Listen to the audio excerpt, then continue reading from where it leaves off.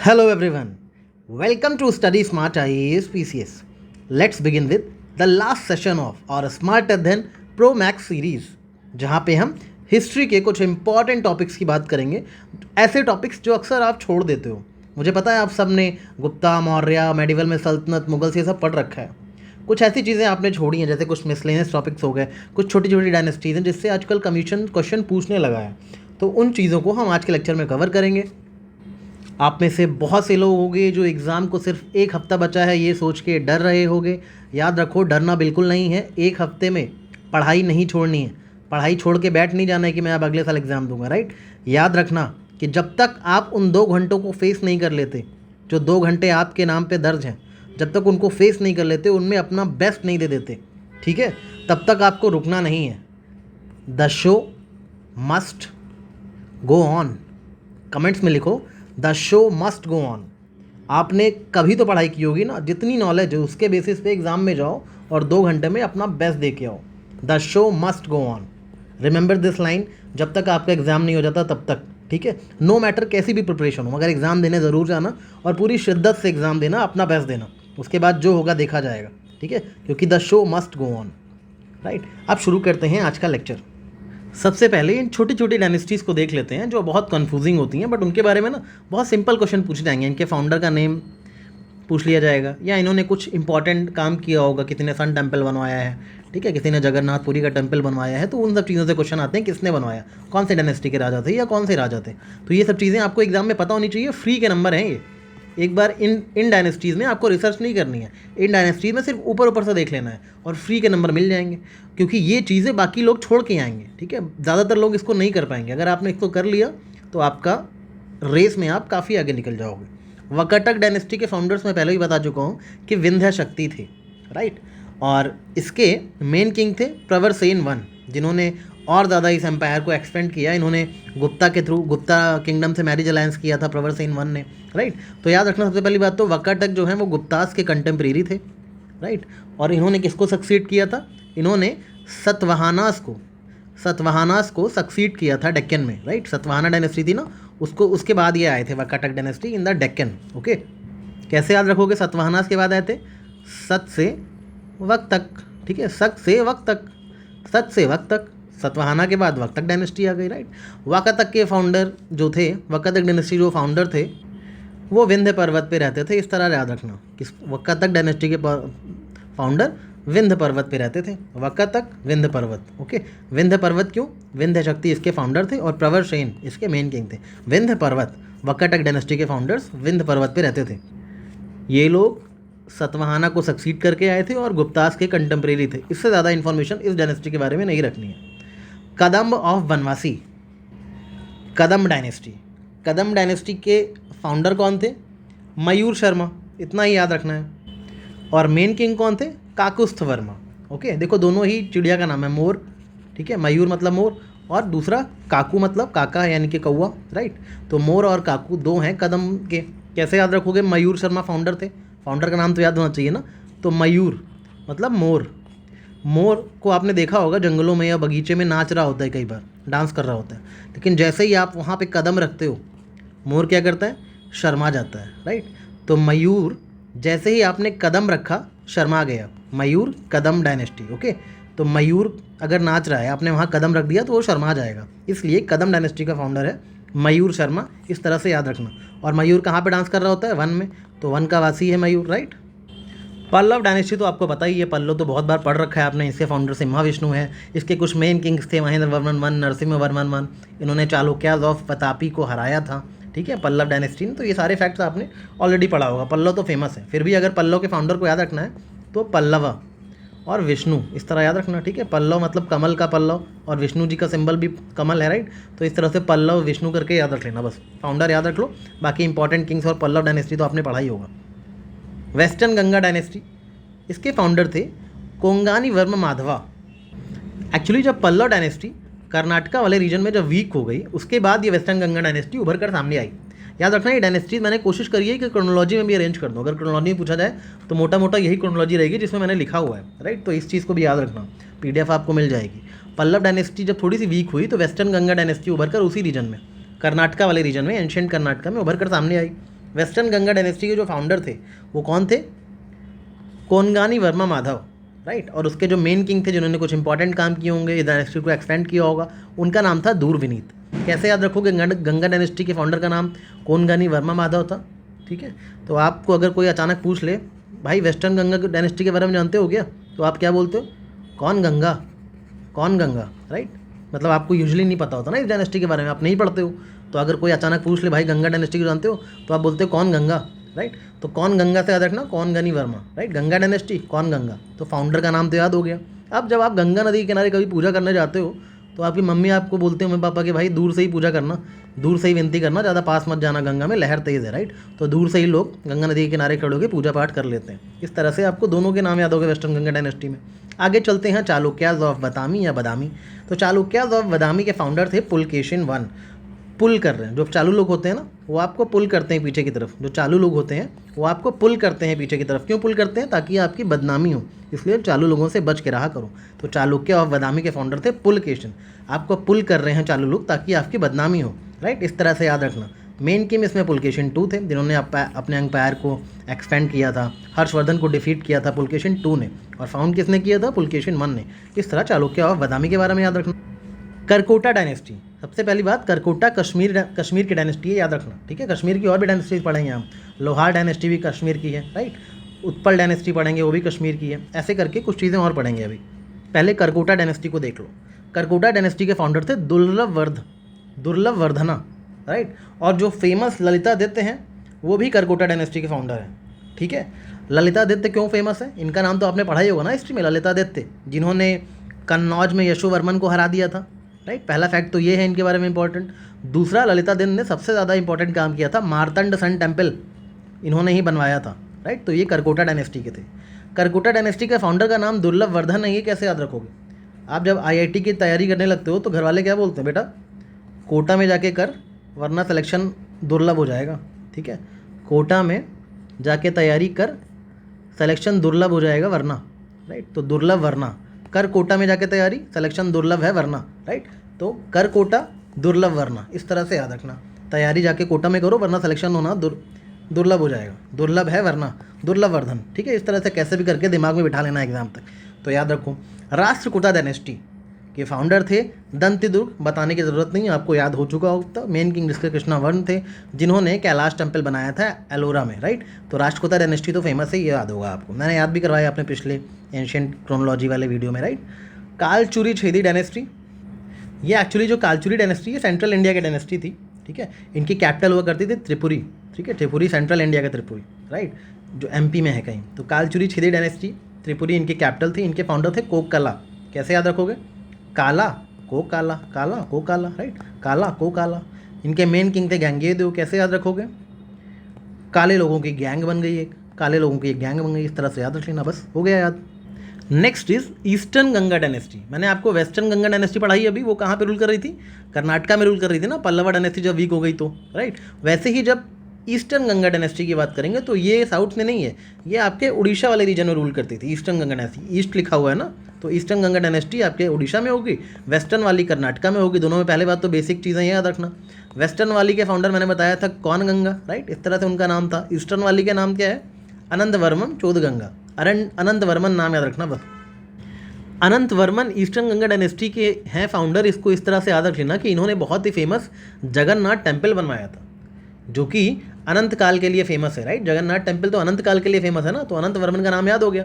और अनंत वर्मन जिन्होंने जगन्नाथपुरी टेम्पल बनवाया वही ईस्टर्न गंगा डायनेस्टी के फाउंडर थे। तो इसको इस तरह दिमाग में बिठा लेना। इस डायनेस्टी के एक और इंपॉर्टेंट रूलर थे जिनका नाम था नरसिम्हदेव वन, जिन्होंने सन टेम्पल कोणार्क बनवाया था। Remember, UNESCO world heritage site वो नरसिम्हदेव वन ने बनवाया था। दोनों ही राजा, चाहे वो जगन्नाथ टेम्पल पुरी वाले राजा हों या सन कोणार्क टेम्पल वाले राजा हों, दोनों ही ईस्टर्न गंगा डायनेस्टी के राजा थे। तो याद रखना, इंपॉर्टेंट डायनेस्टी है। चालुक्य ऑफ बदामी की बात हमने कर ली, अब चालुक्य ऑफ कल्याणी की बात कर लेते हैं। चालुक्य ऑफ कल्याणी जो है वो बतापी कल्याणी, यानी बदामी वाले जो कल्याण चालुक्य थे उनके सक्सेसर थे ये लोग, ठीक है। चालुक्य ऑफ कल्याणी, चालुक्य ऑफ बदामी के सक्सेसर हुआ करते थे। इनको वेस्टर्न चालुक्य बोलते थे। इसके फाउंडर थे तैलप टू और इसके मेन किंग थे विक्रमादित्य 6, राइट। तो चालुक्य ऑफ कल्याणी के फाउंडर तैलप टू थे। कैसे याद रखोगे? मैंने आपको बताया था चालुक्य वन जो थी, चालुक्य ऑफ बदामी, उसके फाउंडर थे पुलकेशिन, राइट। लोग पुल कर करके आपको क्या करते हैं, चालू लोग पुल कर करके बदनाम करने की कोशिश करते हैं। पहला वाला हमने ऐसे याद किया था। तो जब पुल कर करके पहले वाले चालुक्य डायनेस्टी को लोगों ने बदनाम कर दिया, तो दूसरी वाली चालुक्य डायनेस्टी ने बोला कि अब हम कल्याण करेंगे अपने डायनेस्टी का। कैसे कल्याण करेंगे? इन्होंने तय किया यानी तैलब कि अब हम विक्रमी बनकर दिखाएंगे।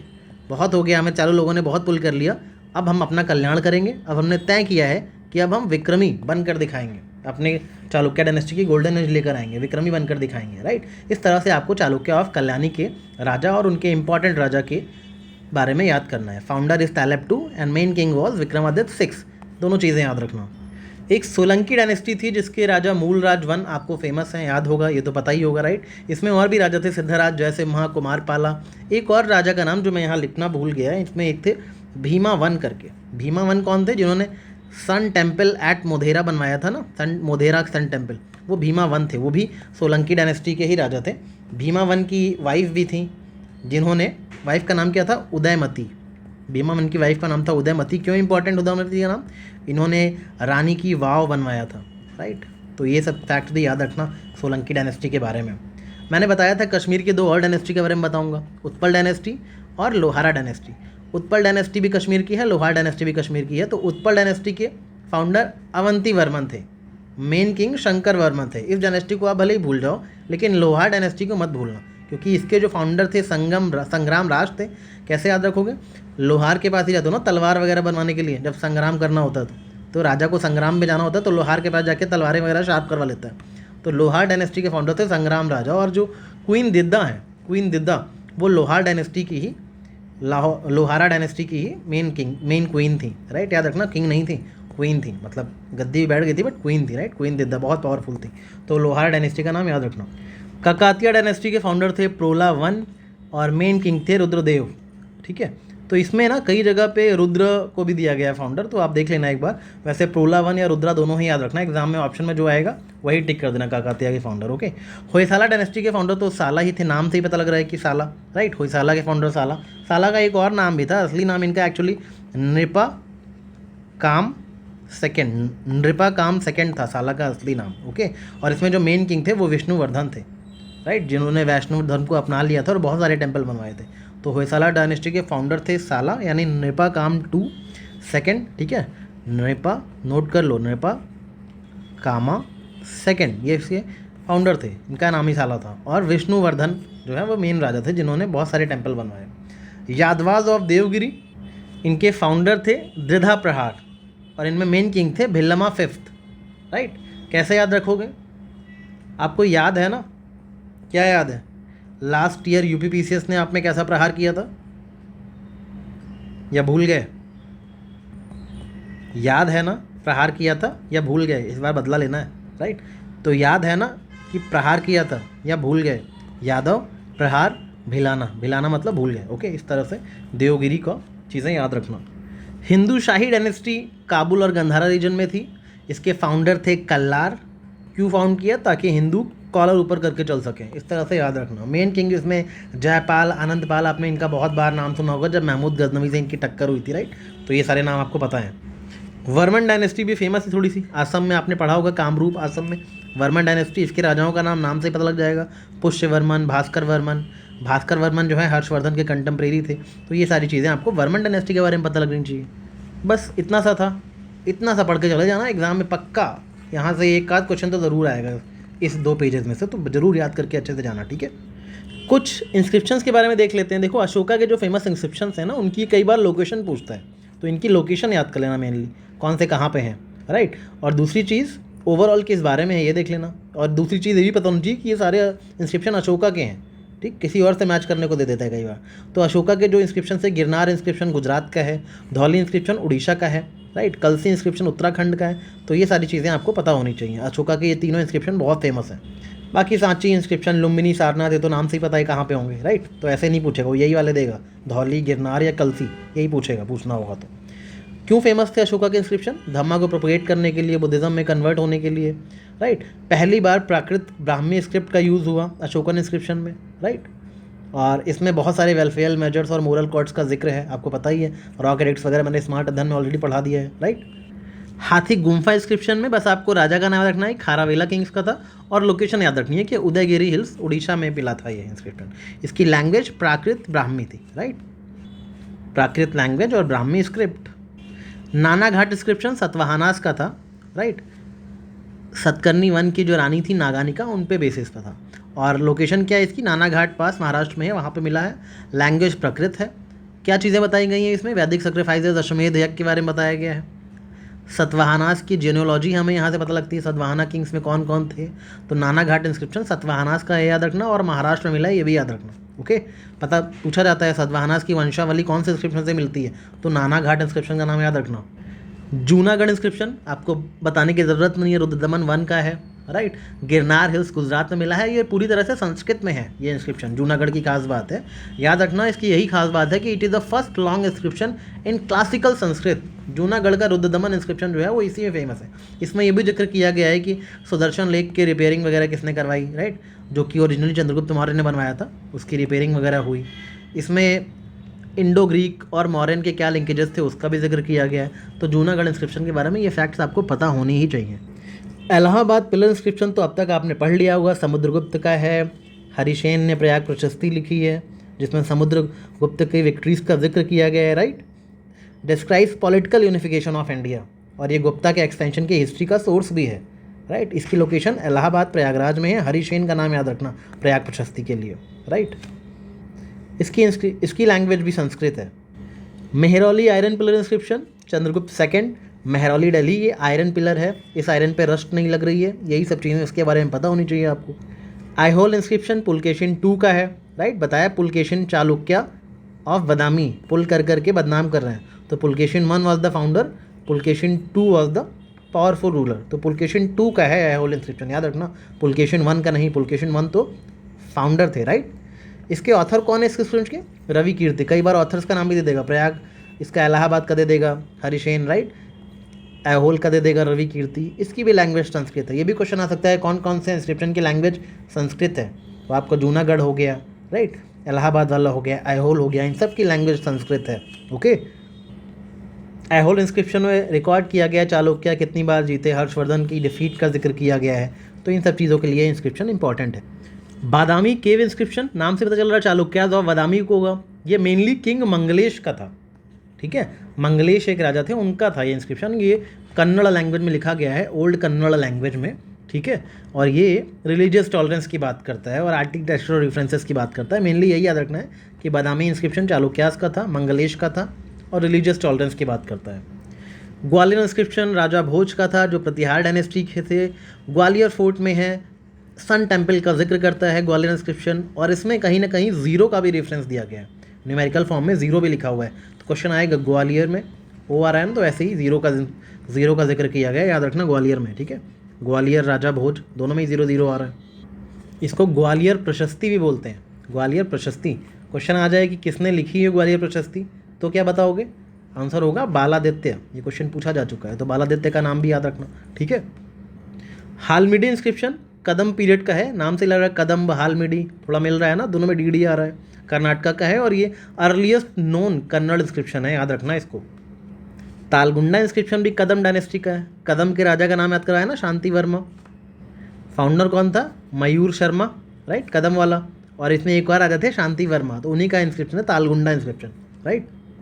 कैसे मयूर शर्मा एक वॉरियर बन गए, इनके बारे में बताया गया तालगुंडा इंस्क्रिप्शन में।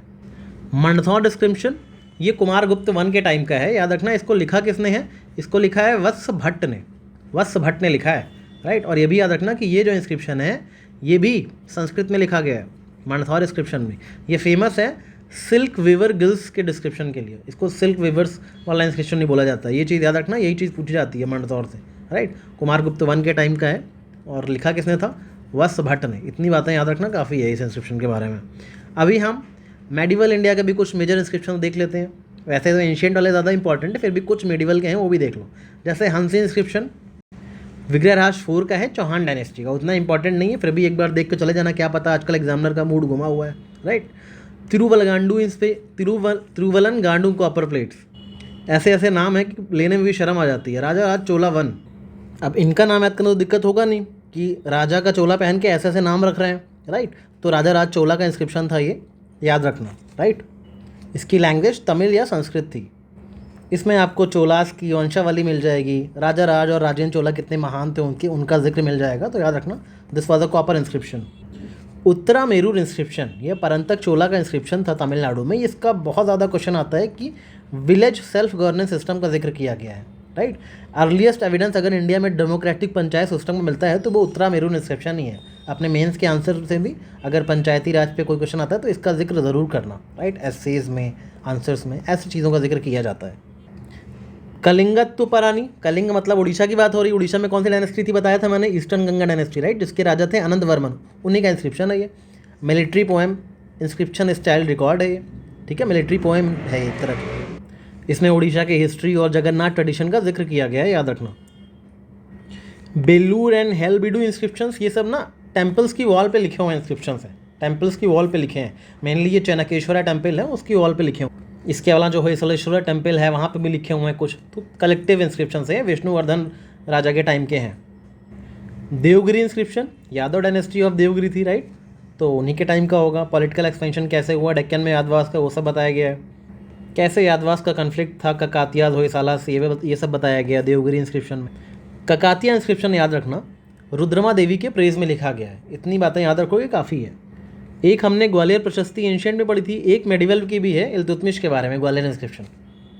तो थोड़ा सा ये भी याद रखना, अगर ऑप्शन में आपको वो नहीं दिख रहा है ग्वालियर वाला, राइट, तो अगर इल्तुतमिश लिखा है तो वो भी सही हो जाएगा। अगर मिहिर भोज या मिहिर कुला नहीं दिख रहा है तो आपको इल्तुतमिश मार देना है, ठीक है। बाकी कुछ कॉपर प्लेट्स ग्रांट्स हैं जो कि गुप्ता से लेके राष्ट्रकूता सभी दिया करते थे, तो ये उतना इंपॉर्टेंट नहीं है, you can ignore it, okay. अब हम पहले कुछ मुगल पीरियड के लिटरेचर को देखेंगे, राइट। उसके बाद हम कुछ सल्तनत पीरियड के लिटरेचर देख लेंगे। पहले मुगल वाले देख लो। योग वशिष्ठ, ये एक वैदिक लिटरेचर है, राइट। वैदिक क्या मतलब, एंशिएंट हिंदू लिटरेचर है। माना जाता है कि वाल्मीकि ने लिखा है, बट वैसे इसका ऑथर का सोर्स अननोन है, योग वशिष्ठ। इसका पर्शियन ट्रांसलेशन अकबर के टाइम पे निज़ामुद्दीन पानीपति ने किया था। कैसे याद रखोगे, योग जो है वशिष्ठ है ये तो पता है आपको, लेकिन योग जो है वो तभी काम करेगा जब आप पानी पीते रहोगे टाइम से। तो योग का पर्शियन ट्रांसलेशन निज़ामुद्दीन पानीपति ने करा है। योग तभी काम करेगा, योगा वगैरह, अगर आप खूब पानी पीते रहोगे तो, वरना काम नहीं करेगा। वैसे ही रज़्मनामा क्या है, वो महाभारत का पर्शियन ट्रांसलेशन है। क्वेश्चन आएगा रज़्मनामा क्या है, तो महाभारत का पर्शियन में ट्रांसलेशन है। ये भी अकबर के टाइम पे हुआ था। तो रज़्मनामा और योग वशिष्ठ ये दोनों याद रखना कि अकबर के टाइम के ट्रांसलेशंस हैं, ओके। योग वशिष्ठ को ट्रांसलेट किया था निज़ामुद्दीन पानीपति में, और रज़्मनामा एक ट्रांसलेशन है महाभारत का, ओके। इतनी चीज़ें याद रखना। सिर्री अकबर क्या है, ये दारा शुकोह, जो शहजादा दारा शुकोह थे, उन्होंने उपनिषद का ट्रांसलेशन किया था पर्शियन में, राइट। तो याद रखना उपनिषद का जो ट्रांसलेशन है वो सिर्री अकबर है। वहीं महाभारत का जो ट्रांसलेशन है वो रज़्मनामा है। तो दोनों को नहीं भूलोगे ना, तो दोनों को एक साथ पढ़ना तो कभी नहीं भूलोगे। सिर्री अकबर और रज़्मनामा एक साथ लिख लो। रज़्मनामा महाभारत का ट्रांसलेशन है, सिर्री अकबर उपनिषद का ट्रांसलेशन है, ओके। ये दारा शिकोह ने करा था। अकबरनामा तो सबको पता है, अबुल फजल ने लिखा था। कितने सालों में कंप्लीट हुआ था अकबरनामा, 7 सालों में, ओके। तुज़ुकी जहांगीरी भी मैंने कितनी बार आपको पढ़ा दिया है कि ये जहांगीर की ऑटोबायोग्राफी है। ऑटोबायोग्राफी मतलब जहांगीर ने खुद ही लिखी है, ओके। रामायण को पर्शियन में ट्रांसलेट किसने किया गया था, अब्दुल कादिर बदायूनी ने करा था अकबर के टाइम पे। याद रखना ये सारे ट्रांसलेशन अकबर के टाइम पे ही हो रहे हैं, राइट, याद रखना। रामायण का पर्शियन ट्रांसलेशन अब्दुल कादिर बदायूनी ने करा था, ओके। इसका नाम क्यों नहीं, इसका टाइटल क्या था, क्यों नहीं, क्योंकि टाइटल इसका कुछ खास दिया नहीं गया था। इसको रामायण का पर्शियन ट्रांसलेशन ही बोलते थे। अब्दुल कादिर बदायूनी ने किया था, याद रखना, ओके। उपनिषद को किसने ट्रांसलेट करा था, दारा शिकोह ने करा था। अच्छा, दारा शिकोह ने रामायण को भी ट्रांसलेट करा था, बट वो इतना इंपॉर्टेंट नहीं है, वो वाला नहीं पूछता एग्जामिनर, ज़्यादातर यही वाला पूछते हैं, अब्दुल कादिर बदायूनी वाला ट्रांसलेशन। हुमायूं नामा किसने लिखा, गुलबदन बेगम, अब तक तो आपको ये रट चुका होगा। रामचंद्रिका, रसिक प्रिया, ये सब केशव दास ने लिखा, ठीक है। तो केशव, रासलीला केशव, ये सब तो कनेक्ट करके याद कर लोगे, राइट। केशव, रामचंद्र दोनों लिंक्ड हैं आपस में सारी चीज़ें, तो ये याद कर लेना। अनवरे सुहेली, पूछा जाता है कि पंचतंत्र के पर्शियन ट्रांसलेशन को क्या बोलते हैं, तो याद रखना पंचतंत्र के पर्शियन ट्रांसलेशन को अनवरे सुहेली बोलते हैं, राइट। कैसे याद रखोगे, पंचतंत्र की सुहानी कहानियाँ, सुहानी याद रखना, बस सुहेली देख के ऑप्शन देख के याद आ जाएगा, राइट। सुहेली मतलब सुहानी, पंचतंत्र की सुहानी कहानियाँ, ठीक। तो अनवरे सुहेली जो है पंचतंत्र का पर्शियन ट्रांसलेशन है। सिर्री अकबर उपनिषद का पर्शियन ट्रांसलेशन है। रज़्मनामा महाभारत का पर्शियन ट्रांसलेशन है। ये सारी चीज़ें भूलना मत, कुछ ना कुछ एग्जाम में पूछा ही जाता है हमेशा।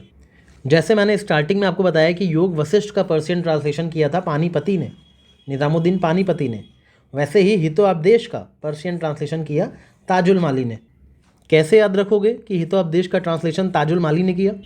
जो भी आपको हित और उपदेश देते हैं, जो संत वगैरह होते हैं हित और उपदेश देते हैं, उनको लोग ताजे ताजे फूलों की माला पहनाते हैं, राइट। जो भी संत वगैरह होते हैं जो हित और उपदेश देते हैं उनको ताजे ताजे फूलों की माला पहनाई जाती है ना, इसलिए हितोपदेश को ताजुल माली याद रखना, ट्रांसलेट किया था।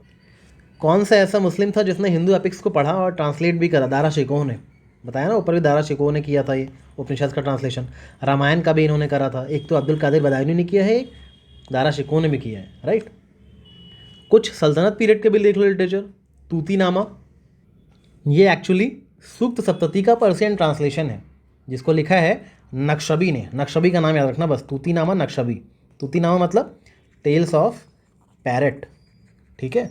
तो एक संस्कृत की एंथोलॉजी है सूक्त सप्तती, उसी का पर्शियन ट्रांसलेशन है तूतीनामा, जिसको नक्शबी ने किया है। सिंपल है, इसको याद रखना, तोते के नखरे, तोते के नखरे, क्योंकि पैरट की टेल्स है ना तूतीनामा मतलब तोते की कहानियाँ, तो तोते के नखरे, तूतीनामा, नक्शबी, इस तरह से याद रख लेना, हमेशा याद रहेगा। अदाबुल हर्ब, ये एक आर्ट ऑफ वॉर की बात करती हैं, इस किताब में वॉर की बात की गई है और ये लिखा किसने है? फ़कीर उत मुदाब्बिर ने। कैसे याद रखोगे? सुल्तान वगैरह थे, दिल्ली सल्तनत की बात हो रही है ना, सुल्तान वगैरह वॉर पे जाने से पहले आदाब बोलते थे और उसके बाद वॉर पे फ़क्र करते थे, ठीक है। वॉर पे निकलने से पहले आदाब बोल दिया, फिर उस पर फ़क्र कर रहे हैं, बस। अदाबुल हर्ब आर्ट ऑफ वॉर का एक वर्क है जिसको लिखा है फ़क्र इद्दू मुदाब्बिर ने। आपको बस फ़क्र याद रखना है, आदाब याद रखना है और वॉर याद रखना है, बस ऑप्शन देख के ताकि याद आ जाए, राइट। फ़वाइदुल फ़वाद, ये कन्वर्जेशंस हैं शेख निज़ामुद्दीन औलिया के, इसको कंपाइल किसने किया है? अमीर हसन सिद्दी ने, आमिर हसन सिद्दी ने, राइट। कैसे याद रखोगे? शेख निज़ामुद्दीन औलिया से कन्वर्जेशन करने में फ़ायदा ही फ़ायदा है। तो लोग पूछेंगे भाई क्यों, क्या फ़ायदा है? क्योंकि शेख निज़ामुद्दीन औलिया से कन्वर्जेशन करने में ये फ़ायदा है, आप अमीर हो जाओगे और हमेशा हंसते रहोगे। आमिर हसन, इस तरह से इसको याद रखना। फतवाई जहांगीरी, रिटन बाई जियाउद्दीन बर्नी, ये तो बहुत फेमस है, आपको याद होगा। तेलुगु महाभारत के राइटर कौन है? नन्या, बहुत फेमस है, आपको याद होना चाहिए। ताजुल मसीर मैंने बहुत बार पढ़ाया, हसन निज़ामी, राइट। इतनी चीज़ें आपको सल्तनत से याद होनी है और मुग़ल से याद होनी है। बाकी इसके अलावा बहुत सी मैंने आपको स्मार्ट अध्ययन मैराथन में ऑलरेडी कवर करवा दी हैं, उसको देख लेना। अब मॉडर्न इंडिया में जितने भी न्यूज़पेपर, मैगजीन्स, बुक्स और उनके ऑथर्स हैं वो सब एक बार देख लो कलेक्टिवली, एक जगह कहीं मिलता नहीं है, सारे एक जगह लिख दिए मैंने, जो इतने इंपॉर्टेंट है, जो पूछे जा चुके हैं और जो पूछे जा सकते हैं, वो सब यहाँ पे मिल जाएगा आपको। एक बार देख के ज़रूर जाना, क्योंकि इसमें से कुछ ना कुछ ज़रूर आएगा, एक नए question. Poverty and British rule in India, याद रखना, ये 1901 में लिखी गई थी दादा भाई नौरोजी के द्वारा। अब ये तो याद कराने की ज़रूरत है नहीं ना, बहुत फेमस है ये तो। फिरंगिया करके एक पोएम थी, ये भोजपुरी लैंग्वेज में थी और कॉलोनियल रूल के अगेंस्ट लिखी गई थी। फिरंगिया नाम से लग रहा है भोजपुरी है, राइट। लिखा किसने है? मनोरंजन, ठीक है। तो मनोरंजन करने के लिए इन्होंने भोजपुरी में एक पोएम लिख दी थी फिरंगिया, जो कि मनोरंजन करते करते कॉलोनियल रूल को उसके खिलाफ बात भी कर रही थी। तो फिरंगिया बाई मनोरंजन, ओके। विताल विध्वंसक, ये भी बहुत फेमस है, गोपाल बाबा वालंकर। विताल विध्वंसक गोपाल बाबा वालंकर, कैसे याद रखोगे? विध्वंस करने वाला, इस तरह से याद रखना इनका नाम। अच्छा, वैष्णव जन तो तेने कहिए पीर पराई जाने, तो ये सुना होगा ना आपने, गांधी जी बहुत गाते थे ये गाना। तो ये एक्चुअली ये लिखा किसने था? नरसिंह मेहता ने। नरसिंह मेहता एक गुजराती पोइट थे जिनका ये कहना था एक दिन हर इंसान यही गाना सिंग करेगा, हर नर ये गाना सिंग करेगा कि वैष्णव जन तो तेने कहिए पीर पढ़ाई जाने। तो इसी उम्मीद में उन्होंने ये पोएम लिखी थी कि नर नर, हर नर ये गाना सिंग करेगा, गाएगा, ठीक है। किस्सा राधा कहानियाँ नवाब वाजिद अली शाह ने लिखे। राधा और कन्हैया के वजूद ढूंढ रहे थे उनके किस्सों में, ठीक है। राधा और कन्हैया का वजूद कौन ढूंढ रहा था? वाजिद अली शाह। कहाँ ढूंढ रहे थे? उनके किस्सों में। तो किस्सा राधा कन्हैया नवाब वाजिद अली शाह का नाम याद रखना। Indian war of independence, V D Savarkar, ये तो आपको पता ही होगा। India wins freedom, Maulana Abul Kalam Azad. Freedom, आज़ाद, याद रहेगा ना। द सोशलिस्ट, ऐसे डांगे, जो सोशलिस्ट होते हैं वो दंगों पे बिलीव नहीं करते। नेहरू के जो बायोग्राफर हैं उनका क्या नाम था? फ्रैंक मोर्स। तो याद रखना कि नेहरू के बायोग्राफर हैं, नेहरू बहुत फ्रैंक आदमी थे, तो इनके बायोग्राफर का नाम भी फ्रैंक होगा, बस फ्रैंक याद रख लो, राइट। उदंत मार्दंड, आपको पता ही है, फर्स्ट हिंदी न्यूज़पेपर है, कोलकाता से पब्लिश हुआ था 1826 में। ईयर भी याद रखना, प्लेस भी याद रखना। फर्स्ट हिंदी न्यूज़पेपर क्या है? उदंत मार्दंड, ये तो आपको याद होगा ही होगा। The independent Motilal Nehru. मोतीलाल नेहरू ने पहले ही लिख दिया था कि द इंडिपेंडेंट, जैसे इंडिपेंडेंट होगा मेरा बेटा ही पीएम बनेगा, इस तरह से याद रखना। स्प्रिंगिंग टाइगर, ये चीते की तरफ बहादुर हैं, सुभाष चंद्र बोस की बायोग्राफी थी ये, तो बोला टाइगर हैं सुभाष चंद्र बोस, तो इतने बहादुर टाइगर को एक हग तो बनता है, तो हग टू, ठीक है, ह्यू टो नाम है, तो याद रखना एक हग तो बनता है टाइगर को, राइट, क्योंकि सुभाष चंद्र बोस की बायोग्राफी है, तो एक हग तो बनता है टाइगर को, राइट, तो स्प्रिंगिंग टाइगर। इंडियन स्ट्रगल किसने लिखी? सुभाष चंद्र बोस ने। इंडियंस ने इतनी स्ट्रगल की तभी तो बाद में जाकर शाबाशी मिली ना, सबको आज़ादी मिल गई, तो इंडियन स्ट्रगल शाबाश, शाबाश चंद्र बोस। ऐसे ही आप भी स्ट्रगल करो, आपको भी शाबाशी मिलेगी एक दिन। बाकी कॉमनवेल्थ एनी बेसेंट का बहुत फेमस है, पता है सबको। कौमी आवाज़ जवाहरलाल नेहरू, ये 1937 में जवाहरलाल नेहरू ने स्टार्ट किया था, याद रखना ऐसे वाले पूछे जाते हैं। इसके आगे कुछ मुस्लिम नेम लिख देगा, वो जिन्ना लिख देगा या कुछ ऐसा लिख देंगे, राइट। तो कौमी आवाज़ जवाहरलाल नेहरू का था, याद रखना थोड़ा डिफरेंट सा है, okay. Official historian freedom struggle का कैसे माना अपॉइंट किया गया? एस.एन. सेन को ऑफिशियल हिस्टोरियन माना गया फ्रीडम स्ट्रगल का। बाकी आनंद मठ सन्यासी रिबेलियन पे बेस्ड है, बंकिम चंद्र चटर्जी इसके ऑथर थे, ये तो बताना नहीं पड़ेगा, बहुत बार पूछा जा चुका है। वंदे मातरम के एडिटर कौन थे? बीकाजी कामा। बहिष्कृत भारत सबको पता है, B R Ambedkar. Annihilation of caste, caste की बात हो रही है, B R Ambedkar. Discovery of India बहुत फेमस है, सबने देखा है, भारत एक खोज, जवाहरलाल नेहरू।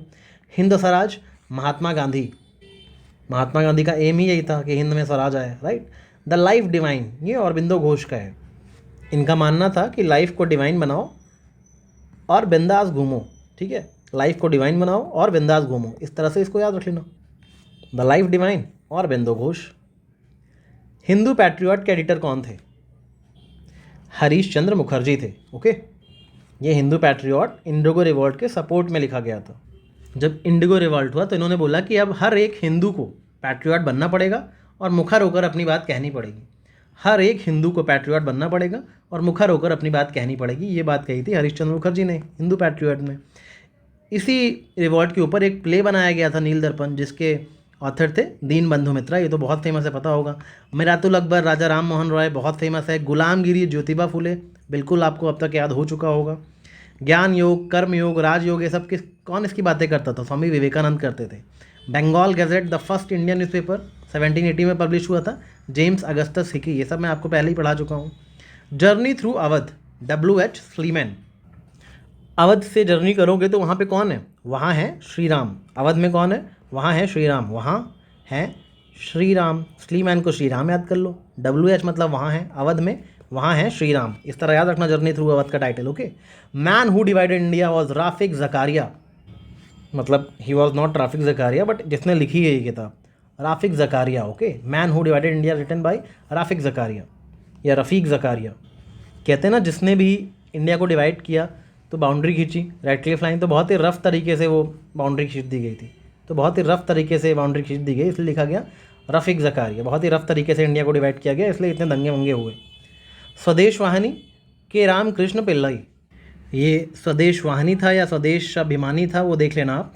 के रामकृष्ण पिल्लई इसके ऑथर थे। स्वदेश का अभिमान किस में है? रामकृष्ण में ही तो है, राम में है, कृष्ण में है, राइट, इस तरह से याद रखना। बाकी आर्कटिक होम इन वेदास, बाल गंगाधर तिलक, ये बहुत फेमस है। बापू माई मदर, बापू को अपनी मदर कौन मान रही थी? मनु मैन मान रही थी, right. Why am I atheist, ये भगत सिंह ने लिखा है, बहुत फेमस है, भगत सिंह एथीस्ट थे। India the struggle for independence, Bipin Chandra, पढ़ रखी होगी आपने अगर मेंस दिया है तो। Mountbatten and partition of India, Larry Collins and Dominique Lapierre, इन दोनों ने ही फ्रीडम एट मिडनाइट भी लिखी है, तो याद रखना फ्रीडम एट मिडनाइट आए या पार्टीशन ऑफ इंडिया पे बात आए तो ये दोनों ही ऑथर हैं, ओके। बंदी जीवन, सचिंद्र नाथ सान्याल, बहुत बार पढ़ा चुका हूँ, याद करने की ज़रूरत नहीं है। मदर इंडिया, कैथरीन मायो, ये तो नाम से देख के याद आ जाएगा, मदर माँ दोनों में आ रहा है, मदर माँ, राइट। सारे जहाँ से अच्छा किसने लिखा सॉन्ग? मोहम्मद इकबाल ने, आपको पता होगा।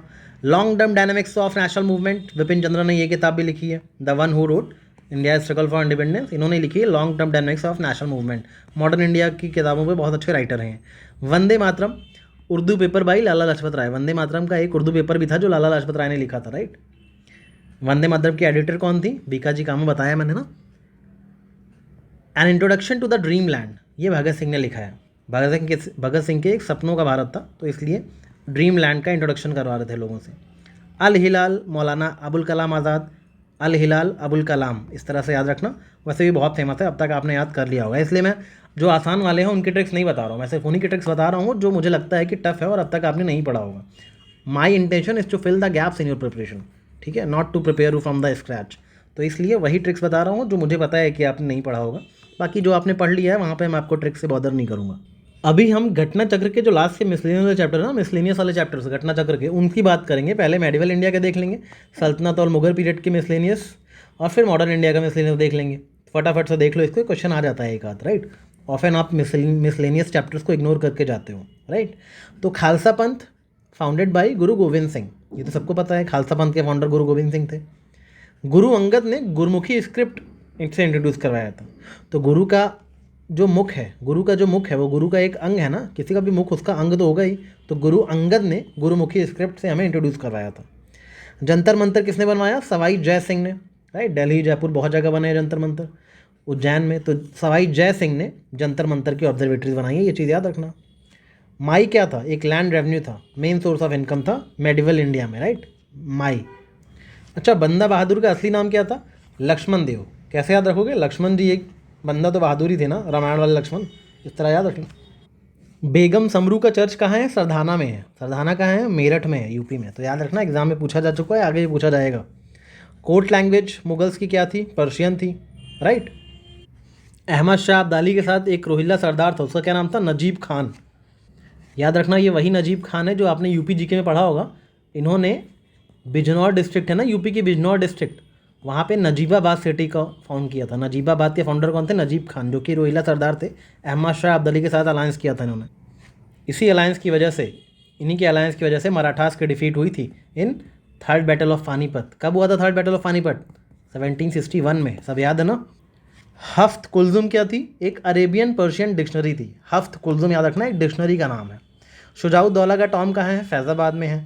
अमृतसर सिटी किसने फॉर्म की थी? गुरु रामदास ने, ठीक है। मुगल्स के टाइम पे कॉपर कॉइन को क्या बोलते थे? दम या दाम। फाउंडर ऑफ हैदराबाद स्टेट का हैदराबाद का कौन फाउंडर था? चिनकलिज खान, जिनको निज़ामुल मुल्क भी बोला जाता था, राइट। ये बहुत फेमस है, याद होगा आपको। खिदमती tax payable by defeated Indian nobles, जब डिफीट हो गए तो खिदमत करनी पड़ेगी ना, तो खिदमती टैक्स देना पड़ेगा। मुगल्स का ओरिजिन कहाँ से माना जाता है? चगताई तुर्क से। यह आपने बिल्कुल स्टार्टिंग में पढ़ा होगा मुगल्स में, राइट। मुगल्स का ओरिजिन चगताई तुर्क से है। होली साइट है एक नांदेड़ गुरुद्वारा। क्यों ये गुरुद्वारा होली साइट है? क्योंकि गुरु गोविंद सिंह की समाधि यहाँ पे है। कहाँ पे है गुरु गोविंद सिंह समाधि? नांदेड़ गुरुद्वारा में। करूरी जो है मुगल्स के रेवेन्यू ऑफिशियल्स होते थे। कैसे याद रखोगे? रेवेन्यू कमा कमा के करोड़पति हो गए थे, ठीक है। मीर बख्शी तो पता ही है कि मिलिट्री का हेड होता था, ओके। कौन सी क्रॉप का मेंशन आयन अकबरी में नहीं है? याद रखना, पोटैटो और टोमेटो का जिक्र आयन अकबरी में नहीं हुआ है, ओके। जैता कुंफा कौन थे? ये शेर शाह सूरी के टाइम के बहुत ही ब्रेव सोल्जर्स थे, मारवाड़ के। शेर शाह सूरी लड़ाई करने गया था, तो इन दोनों ने बहुत ही ब्रेवरी से शेर शाह सूरी की सेना से लड़ाई की थी, जिसकी वजह से वो इंप्रेस हुआ था। तो जैता कुंफा यार मारवाड़ के ब्रेव सोल्जर्स थे, याद रखना। दिलावर खान का टाइटल किसको मिला था? दिलावर खान बोला जाता था हुसैन गुरी को। कौन था हुसैन गिरी? मालवा का फाउंडर हुसैन गिरी। इनको टाइटल दिया था दिलावर खान का फिरोज तुगलक ने, राइट। तो याद रखना, Dilawar Khan was the founder of Malwa, उनको टाइटल दिया था फिरोज तुगलक ने। उनका असली नाम था हुसैन गुरी। होयसलास की कैपिटल हाले बीडू बताया ना, हेल बीडू इंस्क्रिप्शन जो है वो होयसलास के टेम्पल्स में है। दस्तर बंधन, ये टर्म किसके लिए यूज हो जाता था? जो रिलीजियस उलेमाज होते थे ना, उनके लिए, क्योंकि उनका लोग वंदना करते थे। उलेमा है भाई, रिलीजियस नॉलेज है, तो उनकी वंदना करते थे। दस्तर बंधन उलेमा के लिए एक टर्म यूज होता था। पोर्टुगीज़ का पहला फोर्ट इंडिया में कोचिन में है, ओके, कोचिन में बना। 13-14 सेंचुरी में कौन सी क्रॉप्स नहीं थी? मेज़, मेज़ वॉज एब्सेंट। तबला किसने इंट्रोड्यूस करा? अमीर खुसरो ने। वास्को डी गामा इंडिया में कब आए? 1498 में, कलिकट में। पोलो का स्पोर्ट किसने इंट्रोड्यूस करा? टूक्स ने। मसाहत क्या होता था? लैंड मेजरमेंट की एक यूनिट होती थी, मेजरमेंट मसाहत, याद रखना। आरिज़ मामलिक chief of military staff, military staff का चीफ जो है वो आरिज़ मामलिक होता था। बंदगने खास royal slaves under Delhi sultan, slave मतलब बंदी, तो बंदगने खास, राइट। अच्छा, गुरु नानक के सक्सेसर कौन थे? लहना बोला जाता था। गुरु अंगद जो थे ना, गुरु अंगद, वही गुरु नानक के सक्सेसर थे, उनका नाम लहना भी था। जवाबित किसको बोला जाता था? जो सेकुलर स्टेट के लॉज और रूल्स होते थे उनको जवाबित बोला जाता था, ओके। अच्छा, देह किसको बोला जाता था? किसी विलेज या मौजा को मुगल पीरियड में देह बोलते थे। चकला क्या होता था? चकला सूबा और परगना के बीच में एक एडमिनिस्ट्रेटिव यूनिट होती थी। चकला सूबा और परगना के बीच में, ठीक है, एक एडमिनिस्ट्रेटिव यूनिट होती थी चकला। मुगल पीरियड में पीजेंट्स के पास क्या क्या राइट्स थे? मॉर्टगेज कर सकते थे, सेल कर सकते थे और लैंड को डोनेट भी कर सकते थे पीजेंट्स, ठीक है। अच्छा, सैयद ब्रदर्स जो किंग मेकर्स थे मुगल्स के टाइम में, उनका क्या नाम था? हुसैन अली और अब्दुल्ला। ओके।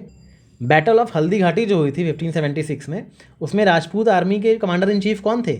हाकिम खान सूर। याद रखना, राजपूत आर्मी के कमांडर इन चीफ हाकिम खान सूर थे। Okay, battle of Haldi Ghati में।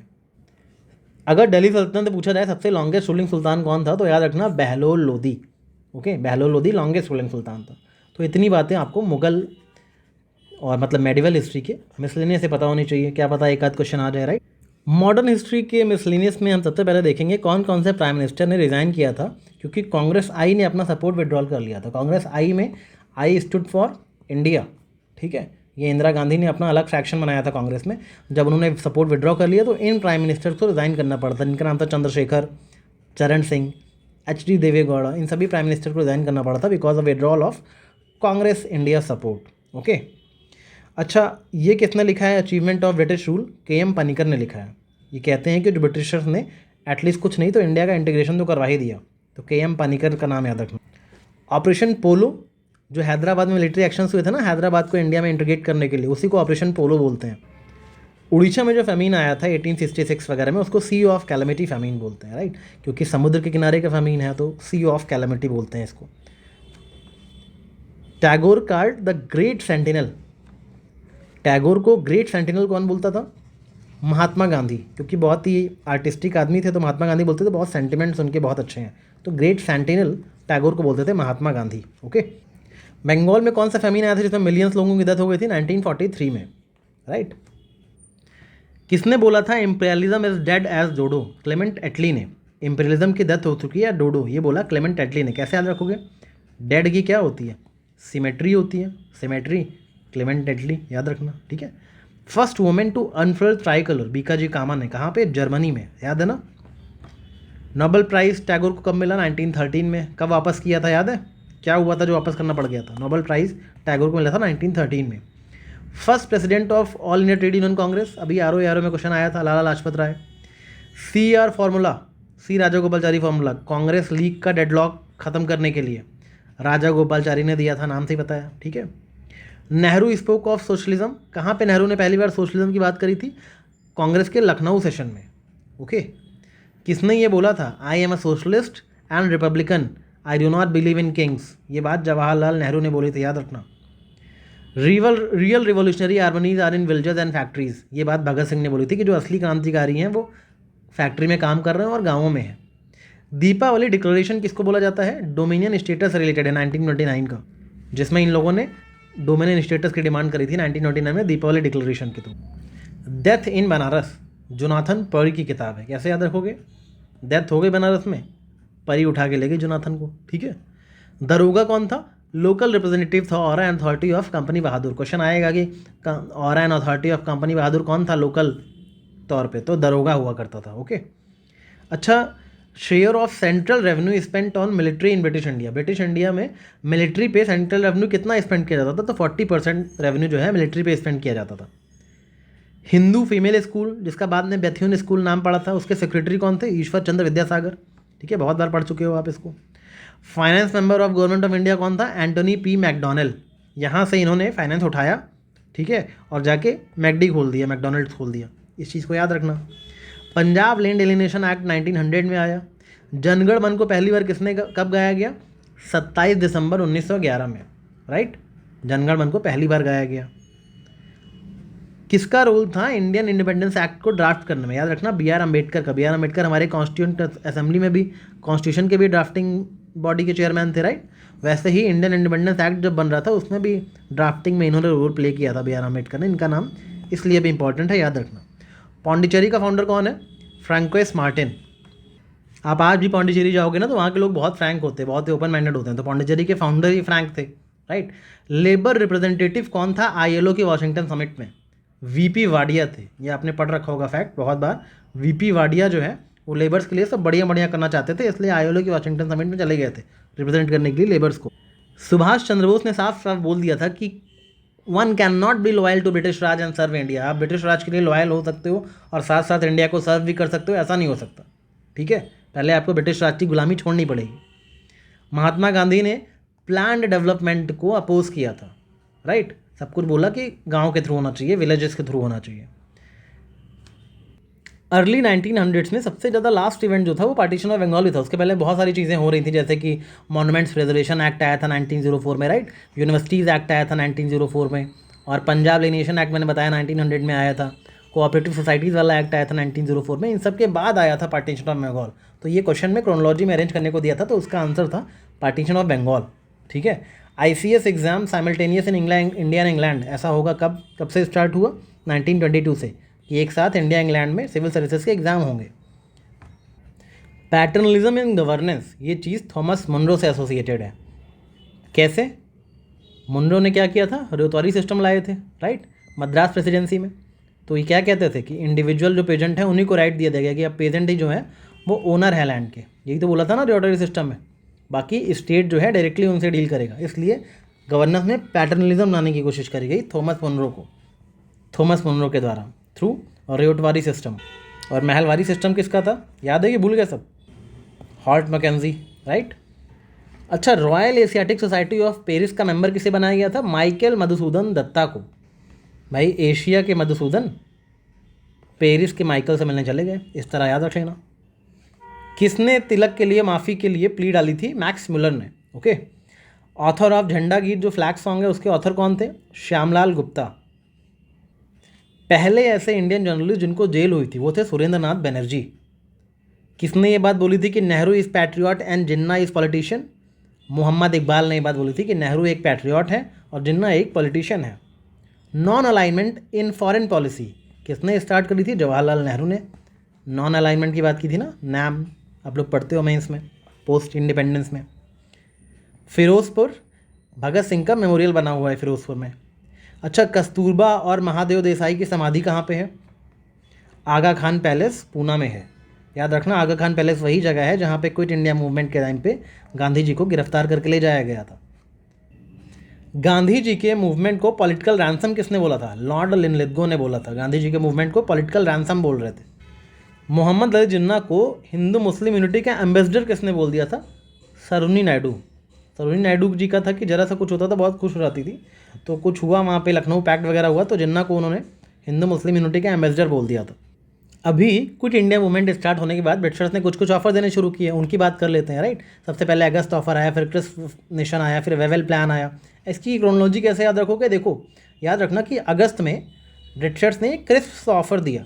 लोगों ने बोला भाई वाह वाह, राइट, अब तो हमारा कैबिनेट मिल जाएगा, कैबिनेट बन जाएगा, लेट्स मेक अ प्लान। यही इनकी क्रोनोलॉजी है। August offer, Cripps mission, Wavell plan, cabinet mission और फिर माउंटबेटन प्लान, राइट।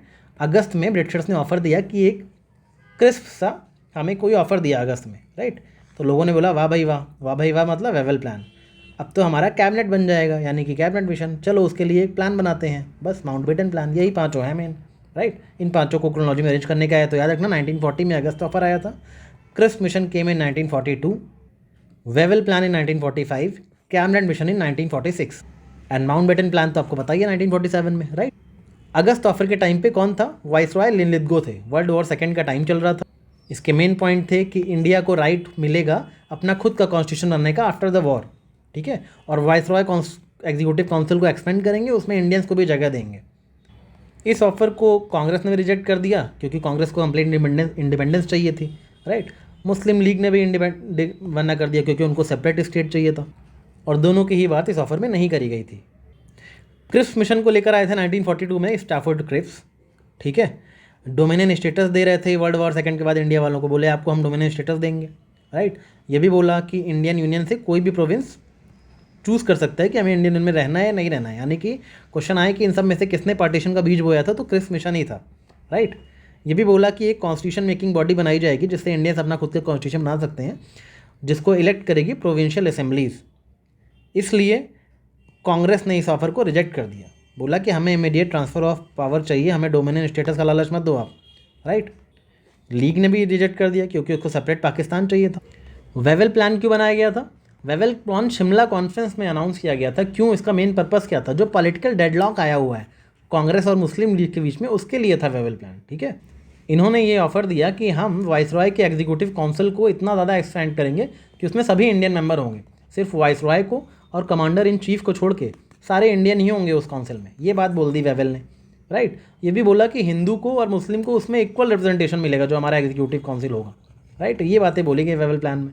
इसमें एक चीज़ दी गई कि मुस्लिम्स को मुस्लिम्स रिप्रेजेंट करेंगे। ठीक है, तो यही चीज़ कांग्रेस को पसंद नहीं है। उन्होंने कहा नहीं, मुस्लिम लीग पे सिर्फ उनको रिप्रेजेंट करने का, मुस्लिम्स को रिप्रेजेंट करने का सोल हक मुस्लिम्स को नहीं, मुस्लिम लीग को नहीं है, राइट। इस वजह से डेडलॉक फिर से क्रिएट हो गया, किसमें? कांग्रेस में और मुस्लिम लीग में। बाकी कैबिनेट मिशन प्लान तो वही प्लान है जो एक्सेप्ट किया गया। इसमें 3 लोग आए थे, पैथिक लॉरेंस, क्रिप्स और अलेक्जेंडर, राइट। याद रखना, कैबिनेट मिशन में इंडिया को पार्टीशन करने की कोई बात नहीं की गई थी। इंडिया यूनाइट रहेगा, फेडरल स्ट्रक्चर रहेगा वीक सेंटर के साथ। ठीक है, ग्रुपिंग होगी प्रोविंसेस की 3 ग्रुप्स में, एक हिंदू मेजॉरिटी बनेगा और दूसरा बी और सी मुस्लिम मेजॉरिटी प्रोविंसेस होंगे। एक कॉन्स्टिट्यूएंट असेंबली बनाई जाएगी अपना कॉन्स्टिट्यूशन फ्रेम करने के लिए।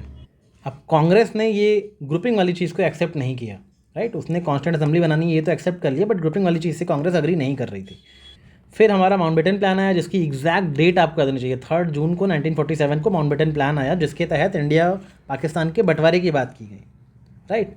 इसने बाउंड्री कमीशन बनाया पंजाब एंड बंगाल के लिए। इंडिपेंडेंस जो है 15 अगस्त तक मिल जानी चाहिए, वो सब इसी प्लान में डिसाइड किया गया था। बस इतनी सी ही हिस्ट्री आपको और पढ़नी है, ताकि आपकी हिस्ट्री में जो प्रिपरेशन में जो गैप्स हैं वो अच्छे से फिल हो जाएं। स्टार्टिंग वाले एंशिएंट मेडिवल का जो पोर्शन है वो तो ज़रूरी देख लेना, right. I wish you all a very very very best of luck for examination. बहुत ही जल्द मैं MCQ फॉर्मेट में एक्टिव रिकॉलिंग सेशन लेकर आऊँगा, प्रोबेबली डे आफ्टर टुमारो। उसके पहले कोशिश करना कि स्मार्ट अध्ययन की मैराथन वाला वीडियो और स्मार्ट अध्ययन प्रो मैक्स की सारी वीडियो एक बार देख लेना, ताकि आप उस MCQ वाले एक्टिव रिकॉलिंग सेशन में अच्छे से पार्टिसिपेट कर सको। Because remember, the show must go on. Take care.